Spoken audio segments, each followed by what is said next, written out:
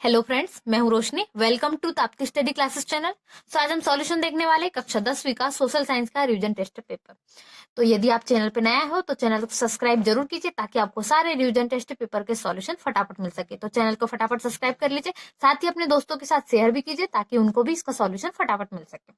तो चलिए देखते हैं हमारा फर्स्ट क्वेश्चन हमें क्या दिया गया है। तो पहला क्वेश्चन हमें प्रश्न क्रमांक 1 दिया गया है, सही विकल्प चुनिए। यहाँ पे हमें सही विकल्प दिए गए 5, इनमें से हमें चुनकर लिखना है। तो 5 सही विकल्प है।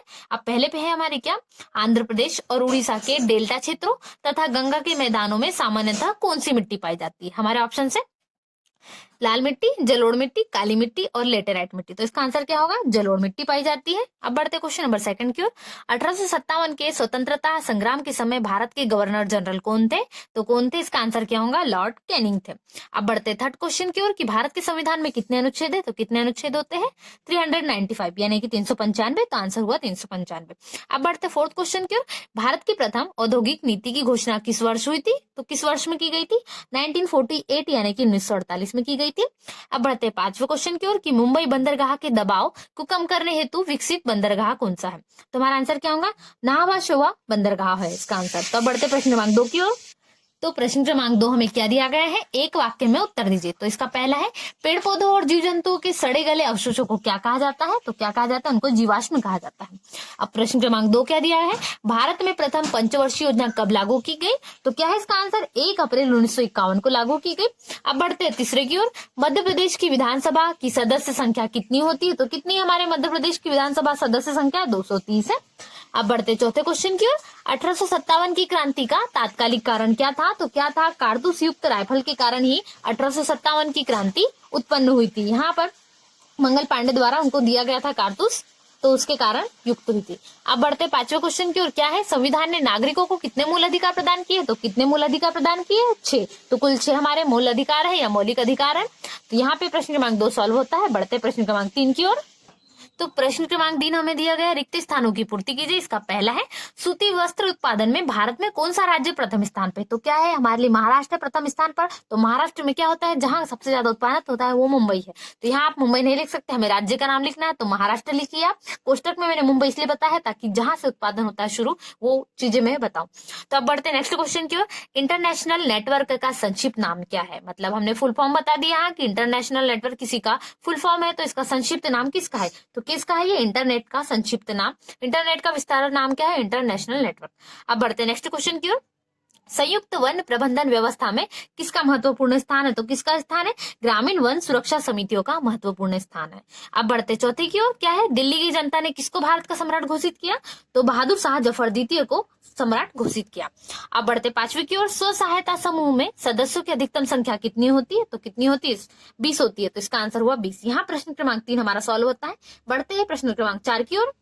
तो प्रश्न क्रमांक 4 में हमें क्या दिया गया है, सही जोड़ी बनाइए। अ और ब से हमें मिलान करना है। पहला हमें अमर्त्य सेन दिया है। तो क्या होगा अमर्त्य सेन का, आर्थिक कल्याण की नीति उन्होंने बताई थी अमर्त्य सेन ने। दूसरा हमारे लिए चाय। तो चाय का क्या होगा, असम प्रसिद्ध है चाय के लिए। यहाँ पर चाय के बागान से, वहां पर हम क्या, चाय के लिए खेती की जाती है। अब है तीसरा, क्या दिया हमें, स्वामी विवेकानंद। तो क्या होगा इसका, रामकृष्ण मिशन। तो स्वामी विवेकानंद के गुरु का नाम स्वामी विवेकानंद के गुरु का नाम रामकृष्ण परमहंस था। उन्हीं के आधार पर उन्होंने रामकृष्ण मिशन की स्थापना की थी। तो चौथा क्या दिया गया हमें, राष्ट्रीय ग्रामीण रोजगार गारंटी योजना। तो राष्ट्रीय ग्रामीण रोजगार गारंटी योजना में हमें किससे संबंधित है, कितने दिनों का हमें दिया जाता है गारंटी योजना, 100 दिवस की दी जाती है। अब बढ़ते प्रश्न क्रमांक 5वां। तो क्या दिया हमें, संविधान सभा के अस्थायी अध्यक्ष कौन थे। तो कौन थे, डॉक्टर सच्चिदानंद सिन्हा संविधान सभा के अस्थायी अध्यक्ष थे। यहाँ से प्रश्न क्रमांक 4 तक हमने सारे ऑब्जेक्टिव क्वेश्चंस के सॉल्यूशन देखे। अब बढ़ते प्रश्न क्रमांक 5 की ओर। तो प्रश्न क्रमांक 5 हमें क्या दिया गया है, भौम जल पाने के स्रोत क्या है अथवा मृदा संरक्षण से आप क्या समझते हैं। तो यहाँ पर मैंने क्या सॉल्व किया है, मैंने भौम जल पाने के स्रोत क्या है उसके लिए उत्तर लिखा है। तो क्या होगा इसका आंसर, भौम जल पाने के स्रोत निम्नलिखित है या निम्न प्रकार से है, कुआं, ट्यूबवेल, हैंडपंप आदि भौम जल पाने के स्रोत है। मतलब भौम यानी जल यानी भूमि का जल। तो भूमि से जल हमें यदि प्राप्त करना है तो हम इतने स्रोतों से प्राप्त कर सकते हैं। अब बढ़ते प्रश्न क्रमांक 6 की ओर। क्या दिया गया है, 1857 की क्रांति के प्रमुख केंद्र कौन कौन से हैं अथवा 1857 के प्रथम स्वतंत्रता संग्राम के प्रमुख नेताओं के नाम लिखिए। तो यहाँ पर मैंने क्या किया है, इसका पहला वाला सॉल्व किया है कि प्रमुख केंद्र 1857 की क्रांति के कौन कौन से थे। तो क्या होगा इसका आंसर, 1857 की क्रांति के प्रमुख केंद्र निम्नलिखित थे या निम्न है, बैरकपुर, दिल्ली, मेरठ, इलाहाबाद, कानपुर, लखनऊ, झांसी व ग्वालियर आदि है। यहाँ पर हो गया मेरा क्वेश्चन नंबर 6 सॉल्यूशन। अब बढ़ते हैं क्वेश्चन नंबर 7 की ओर। तो क्वेश्चन नंबर 7 हमें क्या दिया गया है, आर्थिक विकास किसे कहते हैं अथवा प्रति व्यक्ति आय क्या है, इसकी गणना का सूत्र भी लिखे। तो यहाँ पर मैंने क्या बताया है, आर्थिक विकास किसे कहते हैं, यानी कि इकोनॉमिक डेवलपमेंट कहते हैं हम इसे। किसी देश के द्वारा अपनी वास्तविक आय को बढ़ाने के लिए उत्पादक का कुशलतय प्रयोग आर्थिक विकास कहलाता है। तो यहाँ क्वेश्चन नंबर 7 का होता है सॉल्यूशन। अब बढ़ते हैं क्वेश्चन नंबर 8 की ओर, जो कि क्या है, मृदा संरक्षण के 3 उपाय लिखिए अथवा मानव जीवन में मृदा का क्या महत्व है वो बताइए। तो यहाँ पर मैंने मृदा संरक्षण के 3 उपाय लिखे हैं। तो पहला उपाय क्या दिया गया है, खेतों में बंधिकाएं बनाकर नालीदार अपर्दन को रोकना। दूसरा क्या है, वनों की कटाई पर प्रतिबंध लगाया जाना चाहिए तथा वृक्षारोपण पर विशेष बल दिए जाने की आवश्यकता है। तो यहाँ पर मैंने 2 बता दिए कि 2 उपाय किस प्रकार होंगे। अब तीसरा उपाय मैं बताती हूँ। तो तीसरा उपाय क्या है, पर्वतीय ढालों एवं ऊंचे नीचे क्षेत्रों में बहते हुए जल का संग्रहण करना। तो यह मेरे क्या हो गए, मृदा संरक्षण के 3 उपाय हो गए। तो अब बढ़ते हैं प्रश्न क्रमांक 9 की ओर, जो कि क्या है, लाल मिट्टी और लेटेराइट मिट्टी में कोई 2 अंतर बताना है, कोई 3 अंतर बताना है अथवा खरीफ और रबी की फसल में भी अंतर स्पष्ट करना है, कोई 3। अब ये 3-3 अंक के हमारे, तो हम यहाँ पे 3-3 अंतर बताना है। तो यहाँ पे मैं खरीफ और रबी की फसल में अंतर बता रही हूँ। तो किस प्रकार होंगे मेरे 3 अंतर। तो पहला अंतर होगा खरीफ की फसल में, ये फसलें वर्षा ऋतु के आरंभ यानी कि जून जुलाई में बोई जाती है, जबकि वर्षा ऋतु आरंभ होती है जून और जुलाई में तब। और इसका अंतर है रबी की फसल का, ये फसलें शरद ऋतु के आरंभ मतलब अक्टूबर नवंबर में बोई जाती है।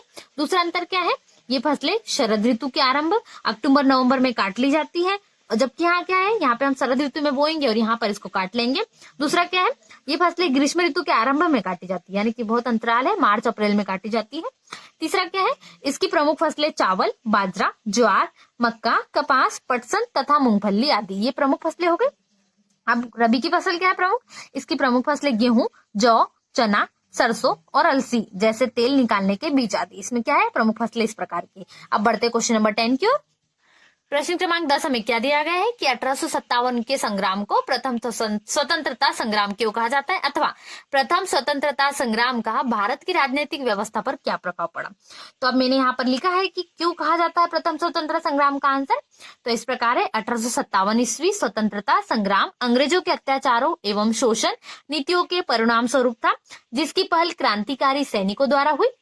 उनकी अनेकों जनता के हर वर्ग, कृषक, श्रमिक एवं दस्तकारों तथा हर संप्रदाय, हिंदू व मुसलमानों, प्रथम बार हर क्षेत्र में समर्थन व सहयोग प्राप्त हुआ तथा यह पहला विद्रोह था जिसमें जनसाधारण ने बड़े स्तर पर भाग लिया। मतलब इसके पहले इतना बड़ा आंदोलन नहीं हुआ था, जन आंदोलन हुआ था ये, अतः इसे भारत का प्रथम स्वतंत्रता संग्राम कहा गया, क्योंकि यहाँ पर बढ़ चढ़कर बच्चे, बुजुर्ग, पुरुष, महिलाएं सभी ने हिस्सा लिया यहाँ पर। तब यहाँ पर हुआ हमारा 10 का सॉल्यूशन। अब बढ़ते प्रश्न क्रमांक 11 की ओर।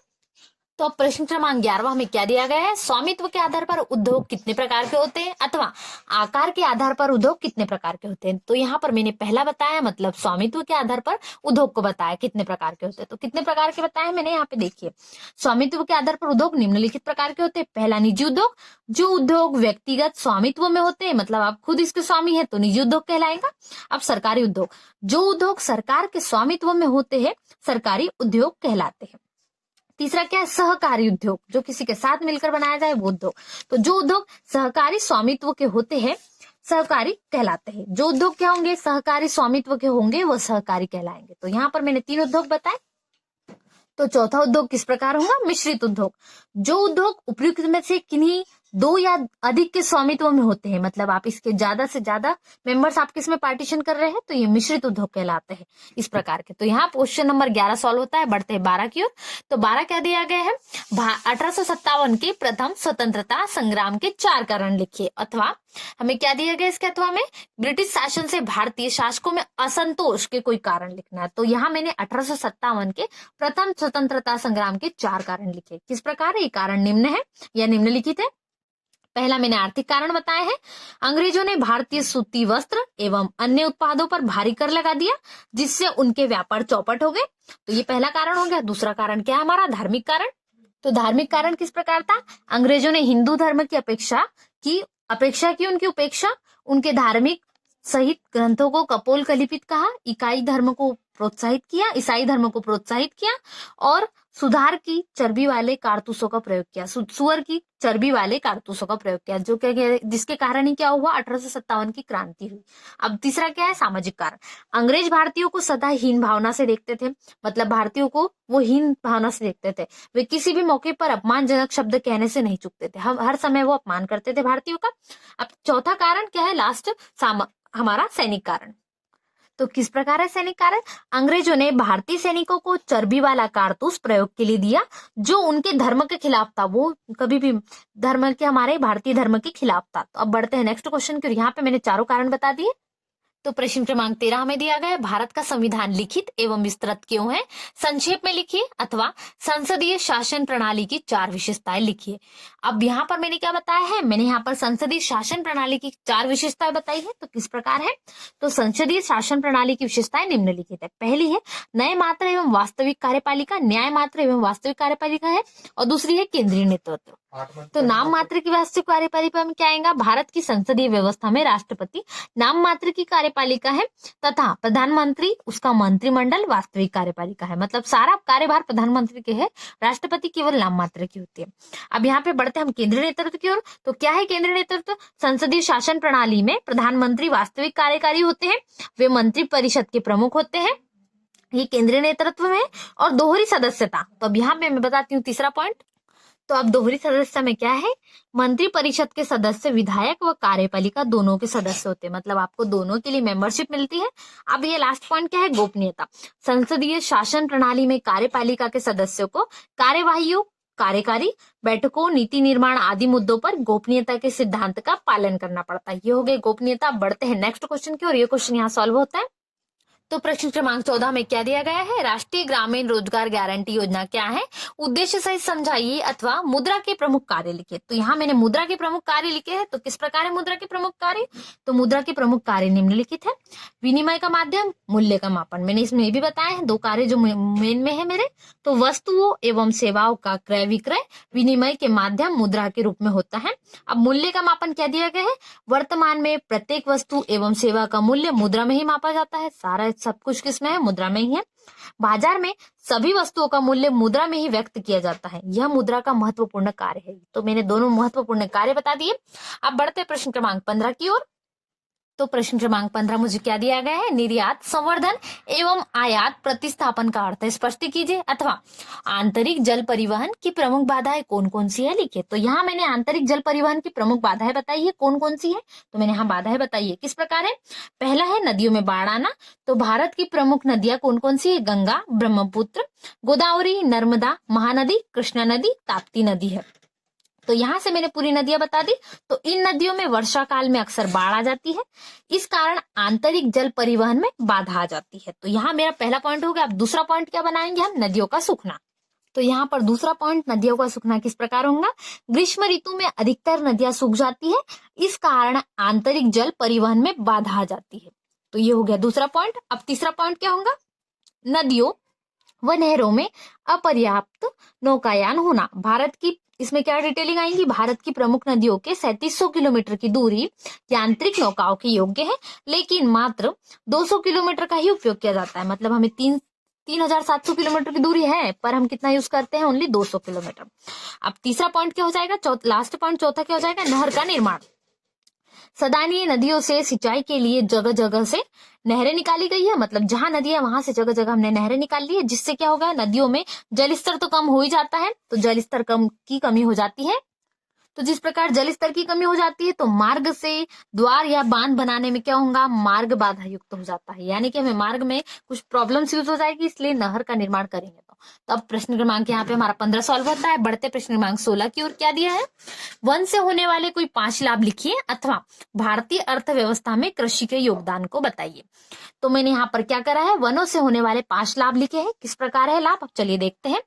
तो वनों से होने वाली 5 लाभ हमें निम्नलिखित है या निम्न प्रकार है। तो पहला है लकड़ी की प्राप्ति। आप चाहे तो पहले 5 पॉइंट को लिख भी सकते हैं, उसके बाद में आप इसको डिटेलिंग कर सकते हैं। तो यहाँ पर मैंने डायरेक्ट पॉइंट्स को इंक्लूड करा है। किस प्रकार होंगे पॉइंट्स, तो पहला लाभ लकड़ी की प्राप्ति है। तो क्या है, लकड़ी एक महत्वपूर्ण ईंधन है। वनों से हमें सागौन, साल, शीशम, चीड़ आदि लकड़ियां मिलती हैं, जिससे क्या होते हैं, फर्नीचर बनते हैं। तो इन सभी लकड़ियों से हम फर्नीचर बनाते हैं। पहला पॉइंट हो गया हमारा पहला लाभ। दूसरा लाभ क्या मिलता है, जानवरों के लिए चारागाह। यह क्षेत्र एक उत्तम चारागाह स्थल है, जहां पर हम क्या कर सकते हैं, जानवरों के लिए चारा के पर्याप्त व्यवस्था। वनों से जानवरों को खाने के लिए घास प्राप्त होती है, जो कि क्या होती है, जानवरों के लिए पर्याप्त होती है। यहाँ 2 लाभ हो गए। तीसरे लाभ की ओर बढ़ते हैं। तीसरा लाभ क्या दिया गया हमें, लघु उद्योगों में सहायक। वन लघु उद्योगों में काफी सहायक सिद्ध होते हैं। वनों के कारण ही आज अनेक प्रकार के लघु उद्योगों में वृद्धि हुई है। मतलब वनों से हमें बहुत कुछ से लाभ है। अभी तो मुख्य हम 5 लाभ को यहाँ बता रहे हैं। तो अब क्या है हमारा अगला लाभ, चौथा, प्रदूषण रोकने में सहायक। सबसे बड़ी भूमिका किसकी होती है, पेड़ों की प्रदूषण रोकने में। वन भूमि को क्या बंजर होने से रोकते हैं और प्रदूषण को कम करने में हमारी सहायता करते हैं। तो यहाँ पर हो गया हमारा चौथा पॉइंट। पांचवा क्या है, भूमि को उर्वरता में सहायक देते हैं। तो हमारा पांचवा और लास्ट पॉइंट क्या है, भूमि को उर्वरता में सहायता करते हैं। तो क्या है, वनों को वृक्षों के कारण ही बाढ़ आने की स्थिति में होने से रोकती है। मतलब बाढ़ आने की स्थिति को रोक देती है। मिट्टी की उर्वरा शक्ति में कोई कमी नहीं आती है और मिट्टी हमेशा क्या बनी रहती है, उपजाऊ बनी रहती है। ये हो गया हमारे 5 लाभ वनों के। तो अब बढ़ते प्रश्न क्रमांक 17 की ओर। तो प्रश्न क्रमांक 17 में क्या दिया गया है, तो प्रश्न क्रमांक 17 में दिया गया भारतीय संविधान की कोई 5 विशेषताओं का हमें वर्णन करना है, अथवा भारतीय संविधान में वर्णित नागरिकों के मौलिक कर्तव्य का उल्लेख करना। तो यहाँ मैंने भारतीय संविधान की विशेषताएं लिखी है, आप मौलिक अधिकार भी बता सकते हैं। क्या है हमारी, किस प्रकार होंगी, तो भारतीय संविधान की 5 विशेषताओं का वर्णन निम्न प्रकार है या निम्नलिखित है। पहला है संपूर्ण प्रभुत्व संपन्न। आप चाहे तो पहले 5 विशेषता यहाँ लाइन से लिख ले, फिर एक एक करके साले को डिक्लेरेशन करें धीरे धीरे करके।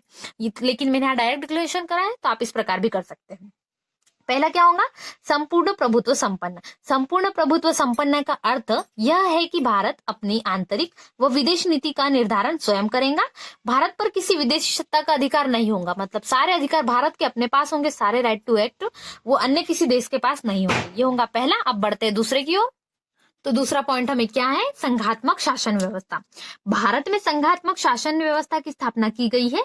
संविधान में शासन की शक्ति को एक स्थान पर केंद्रित न कर केंद्र और राज्य सरकारों में विभाजित किया गया। मतलब हर राज्य के लिए अलग केंद्र सरकार है। तो वहां पर हमारे लिए केंद्र के विभाजन में हमें बहुत सारे राज्य मिलते हैं, तो हमारे लिए अलग प्रकार से राज्यों की व्यवस्था है। हर राज्य के लिए हर राज्य का एक प्रधान मुखिया है। अब तीसरा पॉइंट क्या है, स्वतंत्र और निष्पक्ष न्यायपालिका। नागरिकों के मूल अधिकारों की रक्षा और संविधान की व्याख्या करने का अधिकार होने के कारण न्यायपालिका को स्वतंत्र घोषित किया गया है। तो ये हो गया हमारा तीसरा पॉइंट। अब चौथा पॉइंट और पांचवा पॉइंट देखते हैं। तो चौथा पॉइंट क्या है, सार्वभौमिक वयस्क मताधिकार। संविधान द्वारा भारतीय नागरिकों को सार्वभौमिक मताधिकार प्रदान किया गया है। मतलब यहाँ पर वयस्क व्यक्ति क्या कर सकते हैं, उनके पास मत का अधिकार प्राप्त है। तो अब बढ़ते हैं पांचवा ऑप्शन और लास्ट हमारा संविधान संशोधन की विशेषता क्या है, इकहरी नागरिकता। तो भारतीय संविधान ने इकहरी नागरिकता को अपनाया, अर्थात प्रत्येक व्यक्ति भारत का नागरिक है, चाहे वह किसी भी स्थान पर निवास करता हो, किसी भी राज्य का हो। वह अपने राज्य जैसे मध्य प्रदेश, उत्तर प्रदेश, हरियाणा, पंजाब आदि का नागरिक नहीं होता है। यहाँ पे भारतीय संविधान में इकहरी नागरिकता को अपनाया। मतलब ये हमारे लिए कैसी है, सिंगल नागरिकता। यहाँ पे हमारे जो होता है ये क्वेश्चन सॉल्व होता है। बढ़ते हैं नेक्स्ट क्वेश्चन की ओर।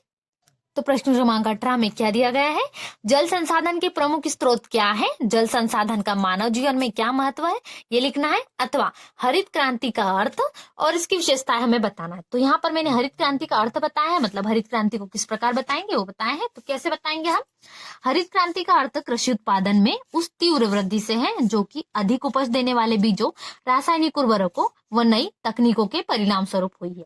तो ये हो गया हरित क्रांति का अर्थ मैंने बता दिया। अब मैं बताती हूँ विशेषता। क्या होंगी विशेषताएं, अधिक उपज देने वाले बीजों एवं रासायनिक उर्वरकों एवं कीटनाशक का प्रयोग हुआ। ये हो गई विशेषताएं पहली। अब विशेषता दूसरी क्या होंगी, तो दूसरी विशेषता इस प्रकार होंगी, कृषि यंत्रीकरण का विस्तार, लघु एवं मध्यम सिंचाई परियोजना एवं कृषि वित्त विस्तार किया गया।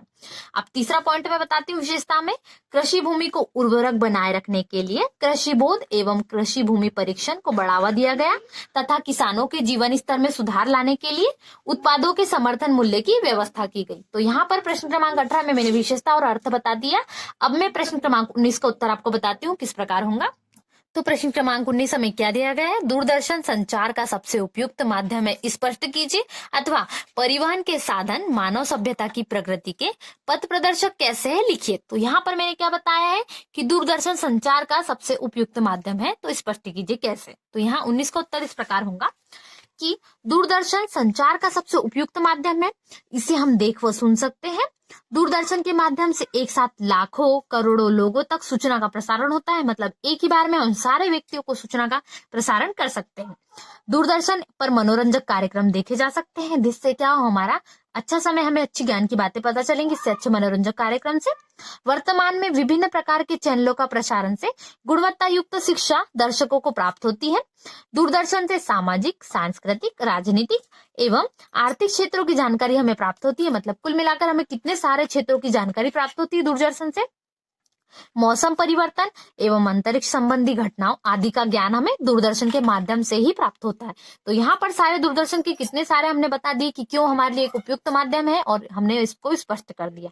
तो यहाँ 19 का सॉल्यूशन कंप्लीट होता है। बढ़ते प्रश्न क्रमांक 20 की ओर। तो प्रश्न क्रमांक 20 में क्या दिया गया है?